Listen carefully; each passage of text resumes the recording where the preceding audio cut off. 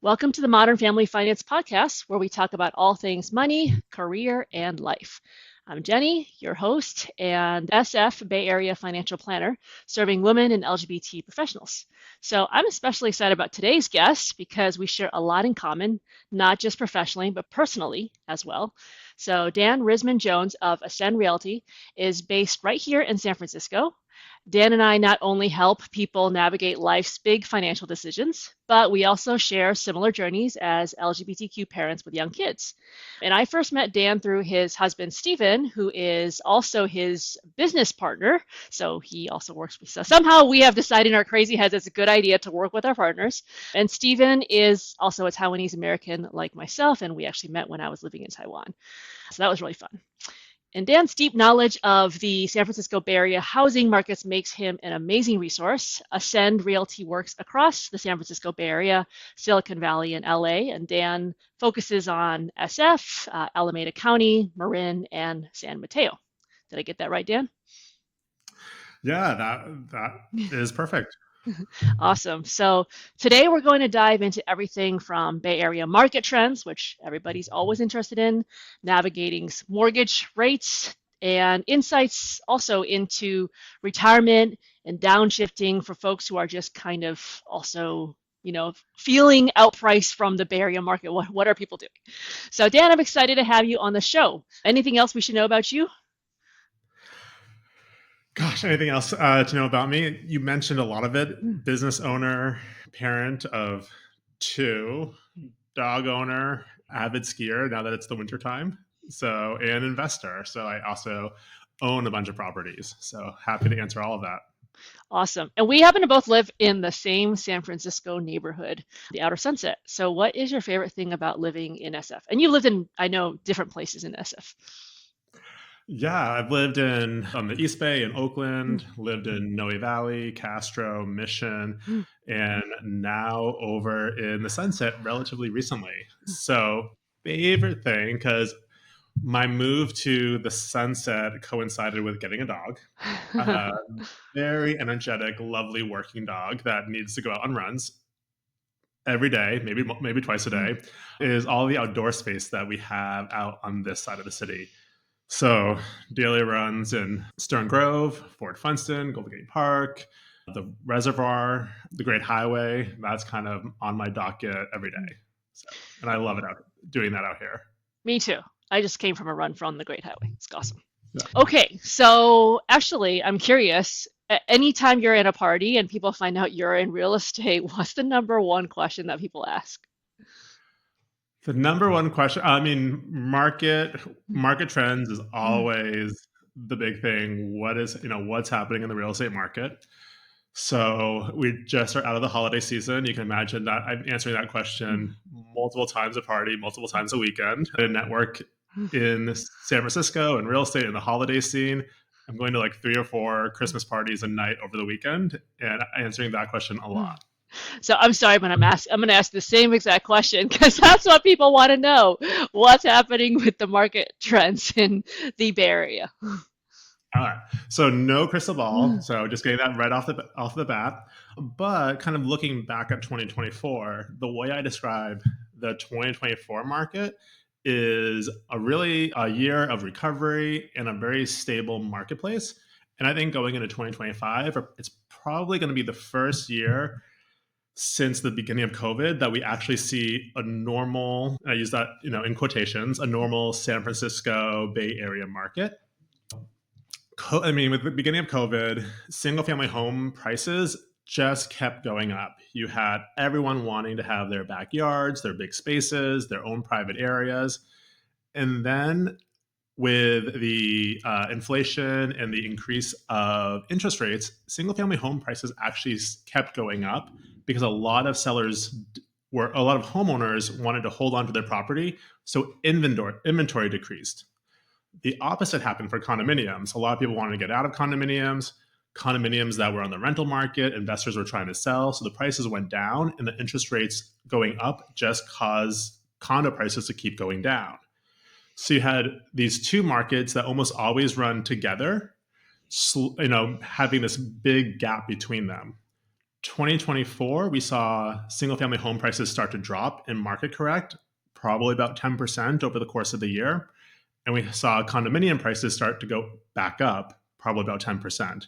So that gap has decreased dramatically last year. By the end of the year, the market was pretty stable. And now I think we're going to see a pretty normal market going into 2025, where condos and single family homes, kind of start moving together once again after 5 years of having divorced from each other. Got it. Okay. So, I mean, if someone is in the market to either buy or sell, like, would you call this a buyer or seller's market? Is that even a term to use?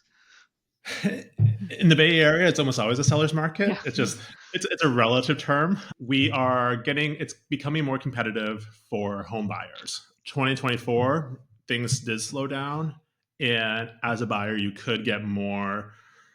It was less competitive. You had more opportunity. I think going into 2025, I'm already seeing a lot more competition out there, a lot more buyer demand, and I think this market is tightening up, and it's going to be more of a seller's market even over the next month or so. Got it. Okay. And how would you kind of advise clients who are either thinking to buy or sell this year? I mean, the old real estate adage, it's always, always a good time to sell, always a good time to buy. Um, but it really depends on, what are you trying to get out of it, whether it's an investment property or, your personal residence. I almost always tell people, you need to make the move when it makes sense for you. My partner and I, we moved from the Mission to the Sunset last year. It was not the ideal time for us to sell our home. It was we probably sold our house, our condominium out there for $100,000 to $200,000 less than what it may have been at the top of the market. We still did quite well on it because we owned it for quite a while. We had invested in it. We had remodeled it. But we sold it when it made sense for us and our family to sell it. And that allowed us to move out here to be closer to schools and what we needed in our life. So first and foremost, you buy or sell, especially a primary residence, based on your own, what's happening in your day-to-day life. But going into this year for 2025, I think it's a really, once again, a stable market. So there is going to be some competition, probably not the crazy competition of 2018 when you saw 10 offers on a property, or 2021 when you saw 15, 20 offers on, single family homes. I don't think we're going to be in that. So there is going to be competition, but not excessively so. And then for selling, I think we're in an appreciating marketplace. So, it's a good time. It's a much better time in 2025 to sell than probably in 2024 or 2023, or even potentially parts of 2022. Got it. So Okay. it's becoming a more solid time for sellers. Are there any top things that sellers should be doing to stand out, to get more money for their properties? Yeah. So the top thing is, especially not that we're not in a super competitive marketplace, is you want to make your home turnkey for a new home owner. Here in the Bay Area, we work with a lot of high net worth individuals, people that work long hours, that may be commuting an hour and a half each way every day to their work. A lot of homeowners in San Francisco do not want to take on projects. So even things from a homeowner standpoint of view may be very small, very easy to take care of, not cost that much money or take that much time. For a home buyer who doesn't know any better, that's a deal breaker for them. And examples like changing a countertop, replacing a backsplash, painting, refinishing floors, changing light fixtures. These are all pretty small, minimal items, especially if you have an agent helping you do it. But for a home buyer, that can be the difference between buying or not putting an offer on that property. So making your home turnkey is really important. And for me, I love colors. I love design. It bothers me so much when a home that's been recently remodeled has had zero thought process put into what finishes, and it's just all white. And I think that that's really become an outdated thing from the Apple Store style. Everything has to be clean, white, and pristine. Now people want color. They want pops of design in their kitchens and in their baths. So spending a little bit of extra money to make the home stand out and memorable is important if you're going to go that extra mile of prepping your home for sale. Got it. So one of the biggest challenges of folks buying today is mortgage rates. So I know you have no crystal balls, but how do you help clients who are like, well, maybe I should wait for the rates to come down? And what's your view? So first off, mortgage rates Mm, likely not coming down much anytime soon. yeah. So there may be some slight differentials in the interest rates. There might be a couple drops, Yeah. but they're not going back to the 3% probably in our lifetime. Yeah. The and then the interest rates and the prices are, they have an inverse relationship. As interest rates go up, prices have traditionally come down. This was, excessively shown during, 2020. Condominium would drop $100,000, $200,000 in price within 6 months of the interest rates going up. And for me personally, if you have the income to support it, I would 100% rather pay a higher monthly mortgage than pay $200,000 or $300,000 more on a property. Long term, it's much more to your benefit to have that higher interest rate but a lower price point. Going forward, though, taking a step back, right when that happened, a lot of people left the market. Buyers didn't want to buy, sellers were not willing to sell for a lower price point. Nowadays, both buyers and sellers came back to the market and they're willing to start transacting again, because they know that this is the new normal, and 2025 is not going to change that. Tell me about like the mortgage rate problem. So we have people, I've talked to plenty of people who are like, they bought a starter home, they were able to lock in that 3% mortgage. They want to upgrade, but they feel totally stuck. And they're like, how do we ever, is there a way to kind of keep our mortgage or something like that? And I know the general answer is no. On the internet, you can find terms about something like assumable mortgage. Like in reality, well, first of all, what is an assumable mortgage? And two, in reality, is that even really feasible in the Bay Area? So an assumable Mm, mortgage is a mortgage that one homeowner has, and when they sell the property, the next homeowner is able to take it over or assume it. mm, The benefit of this is if you had a mortgage at 3% and you're going to sell the property, then you might be able to get a higher price point because you can promise the next homeowner a lower interest rate. So once again, it goes back to your month. What is your actual monthly payment, not what is the price of the property. So that is what an assumable mortgage is. In and have had a lot of questions about this. I have a lot of, especially investors, a lot of random people calling me who have never seen a property. I got a phone call 2 days ago from this woman in Hawaii who all she does is call every agent asking if they have a property that mm. has an assumable loan on it, and that's their job. And I'll never hear from her again. Um, but in the Bay Area, there's very few loans that are assumable. I think a lot of VA loans are assumable, but we don't have a lot of those in the Bay Area, especially in San Francisco. And the actual process of assuming a loan can take much more than the normal 30-day period to buy a house, and not all sellers are willing to go through that process. Mhm. So in 15 years of doing this, I actually have not, though I've had a lot of conversations about it, I've never actually gone through the process of doing an assumable loan, because it's just not something that happens day to day in this area. Yeah.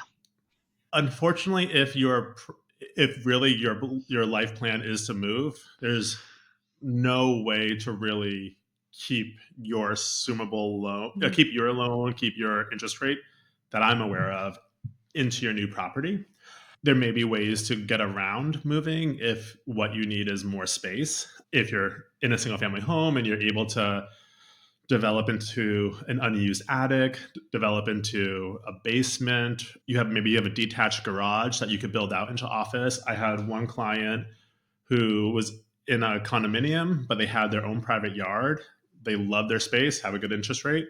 They actually got a prefabricated storage shed. And when I say storage shed, like it's a beautiful shed with nice walls, and it looks like it looks like one of your Apple Store style shed, but it's 100 square feet, and they just craned it over their house and put it in the backyard, and that became their office, and that stopped them from moving because now they had that extra space that they needed. So there may be ways to get around actually selling if you really are tied to your home because of the interest rate. You may be able to develop your property into more space. Yeah, well, I love that. It's also very personal because we're about to undergo a pretty significant home improvement ourselves to create more living space. But speaking of that, like, so for folks who are in that situation, how should they think about, like, I often get the question of, well, like, how much should I put into the house? So let's say the house is $1 million house in a neighborhood. They can actually afford more now, but there's this interest rate problem. They don't really want to move. They can't find anything better without actually spending 2 million. They want to develop it, but they're like, look, if I put 500,000, I'm going to be the most expensive house in the area. Does that make sense from an ROI perspective? Like, how do you think about how much you should, or I realize it's personal, but like from a real estate investment perspective, how do you think about that? Well, I get two different parts of that question. I say first and foremost, talk to your trusted realtor. If you don't have one, feel free to reach out to me. But I do that often for my clients who are going through a remodel, a development project. For me personally, I feel like they're a real estate agent for life.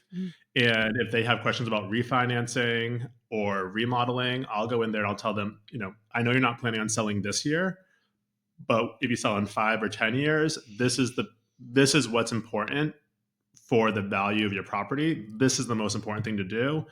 And this may be just extra or, gravy on the side if you want to put your money in, make your bath, do a $100,000 remodel of your primary bathroom. That's nice. Are you going to get all that money out? Maybe not. If you develop your basement for $400 per square foot and you can sell it for $1,000 a square foot, that's gold.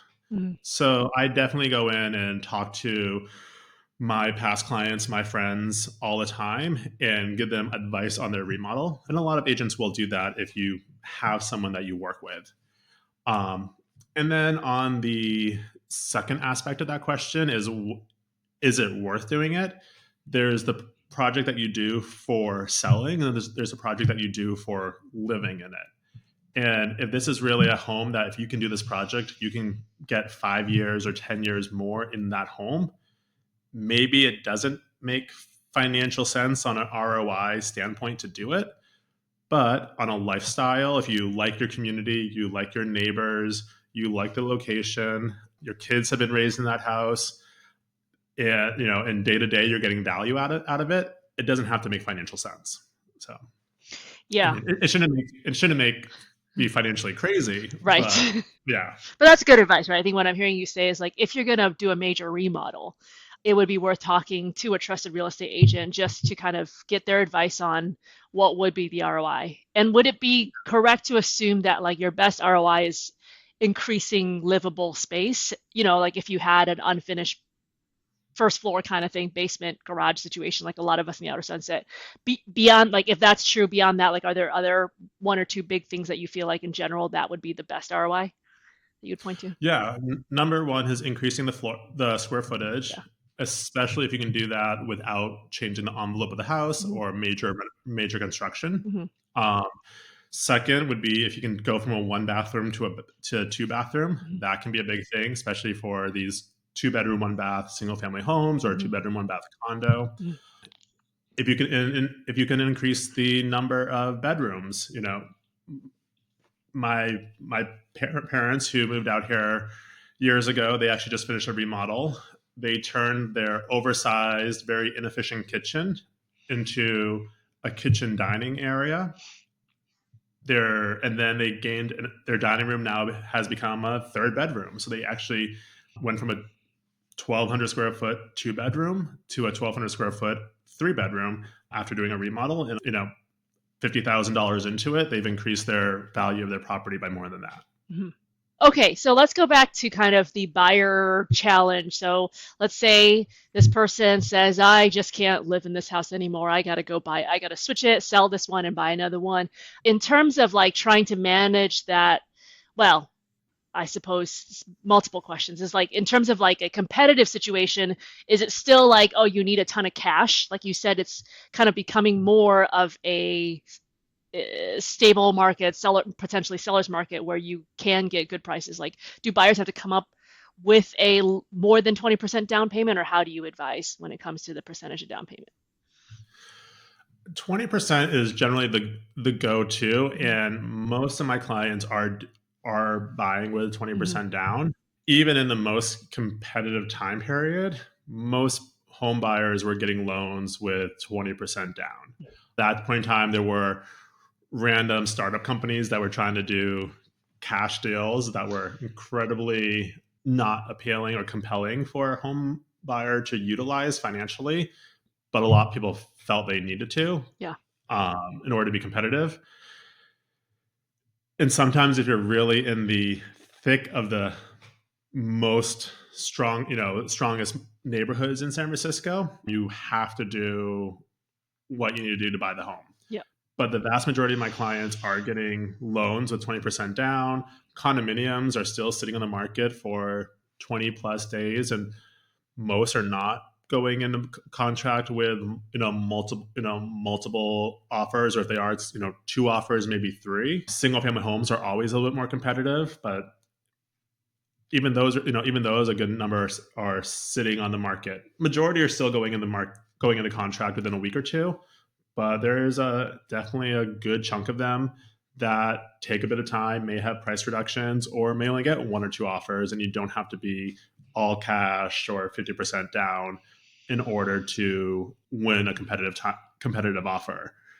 You may need to make your offer clean, and talking about contingencies, waiving finance and appraisal to be competitive, because that still happens even with 2 or 3 offers.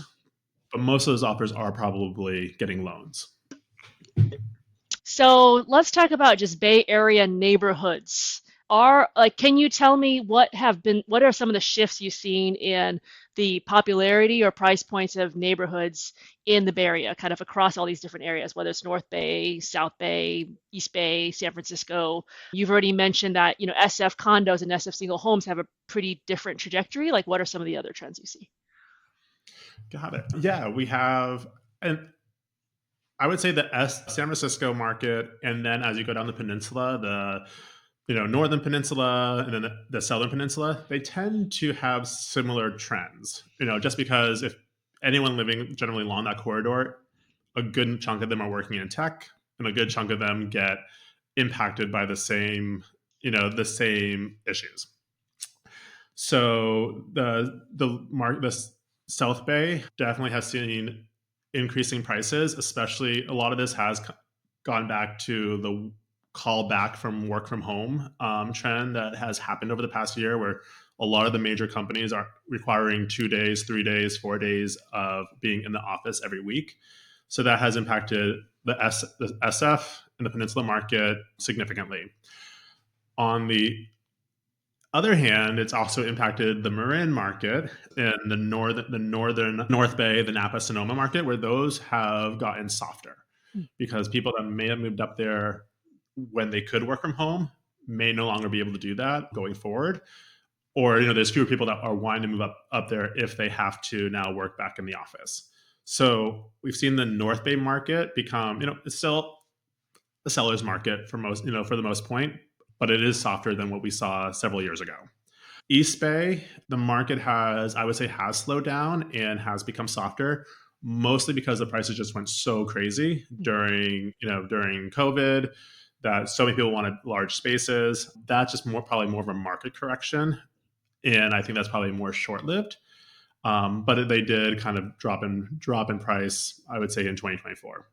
And I think that they're probably more stable and rebounding a bit, because you can get good deals over there now. So people are moving back Got it. into looking at that market. East Bay, yeah. What about the fires? and I speak about the fires from the perspective of, like, let's just say up in the hills in Oakland, right? Like those areas from a house, from a buying selling perspective, and also the concern that people have about being able to get property insurance. If they buy this home, I've heard of people even selling homes because they can no longer get property insurance, and then concern about buying homes to get property insurance. Yeah, and I mean, incredible to see what's happening Yeah. down in SoCal right now in the Palisades and Altadena. But the fact that that an entire neighborhood of a major city could be destroyed, or a couple neighborhoods, that may give a lot of pause to people living up in the Oakland and Berkeley Hills, where fire, could be more prevalent, and you could see something that, similar to what happened down in Southern California.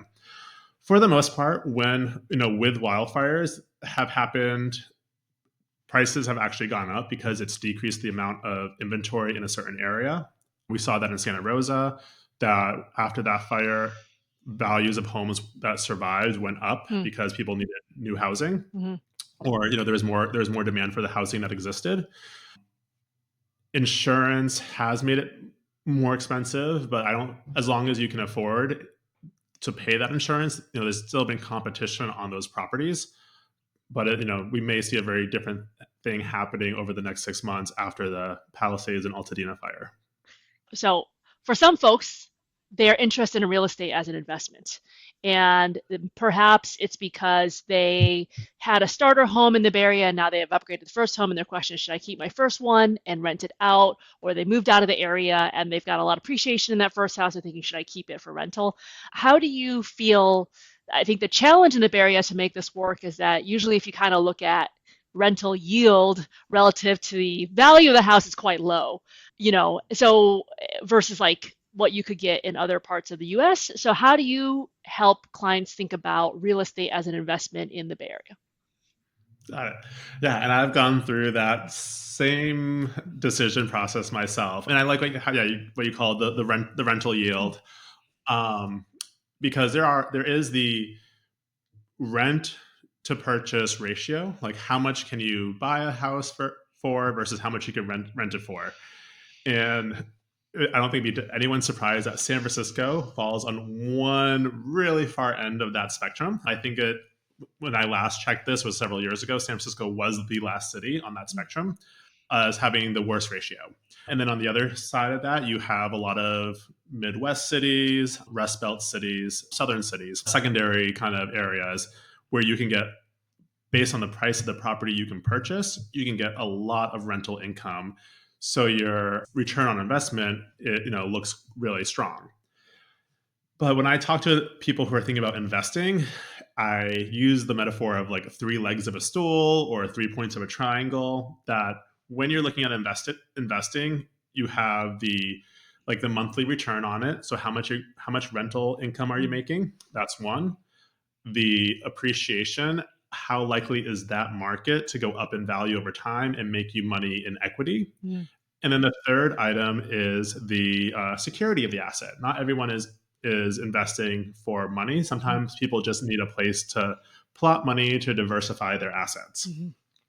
So you have three different points, and you can generally get one or maybe two of them. Mm. Almost never three of them. Mm. San Francisco, not great on the rental income, Mm. but we are generally a very secure, Mm. strong market. If someone needs to diversify their portfolio, this is a great place to invest because we hold our value quite strongly. Mm.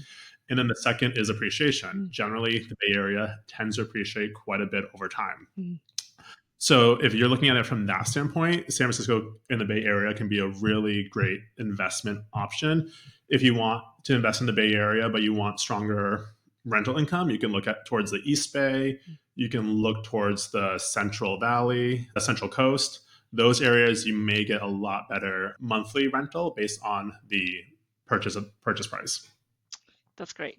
Thank you. Yeah, that's very helpful. I like that framework of the three-legged stool to think about this. And I do think real estate in general, whether it's for, obviously, if it's for your primary residence, but also as a second home or as an investment, part of it is a financial calculation, but also a lot of it is personal and your preferences, right? That's just as important.